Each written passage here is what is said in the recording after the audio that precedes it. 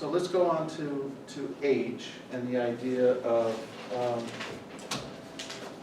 habits of mind and really developing a way of practicing all of these things together as a way of developing healthy habits of mind and taking them from the group setting where you're practicing them with the kids out into their lives and really encouraging them to apply these things in their in their lives. And so what H does is it really helps. It's a point where you can review all of the things that they've learned, the different things that you presented, and invite them again to take these things into their lives and to really practice them. I like to give the analogy of building these skills. The only way to really experience these things is to do them. The only way to really build them into a habit is to continue to do them. And it may be that you can't practice everything every day, but just try and practice one thing. Just try a couple of minutes. We don't know if it's necessary to meditate for 20 minutes or for 40 minutes, or whether it's better to take three-minute sessions of being reflective across the day. We don't know if that's the case. We do know that those mindful moments, those shorter periods, can have a big effect.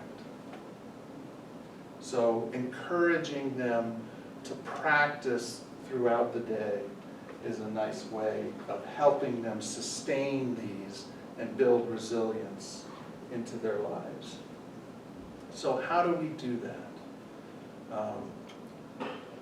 We help them review and think about practicing and moving forward. And in this session, if you wanted to, the introductory practice could be a little bit longer.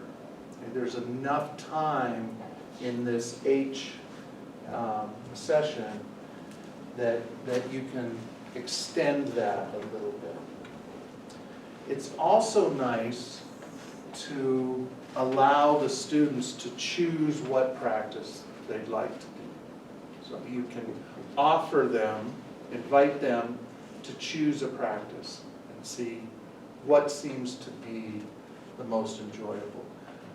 Have you found that they enjoy certain practices over other practices? A lot of people like gratitude and awareness of thoughts.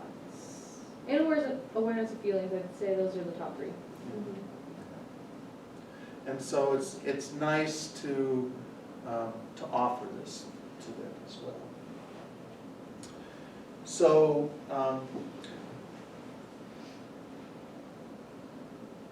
when we encourage them to move forward, the bulk of this final session involves one or two art activities. And if you have time, you can do an additional craft activity. So the craft activity is mindful beading. I don't know if you even have beads, but it's something that I wonder if that's new. We didn't can be done. talk about that. Yeah, so it's just an activity that allows them to build a little bracelet or something that they can take away. But the primary activity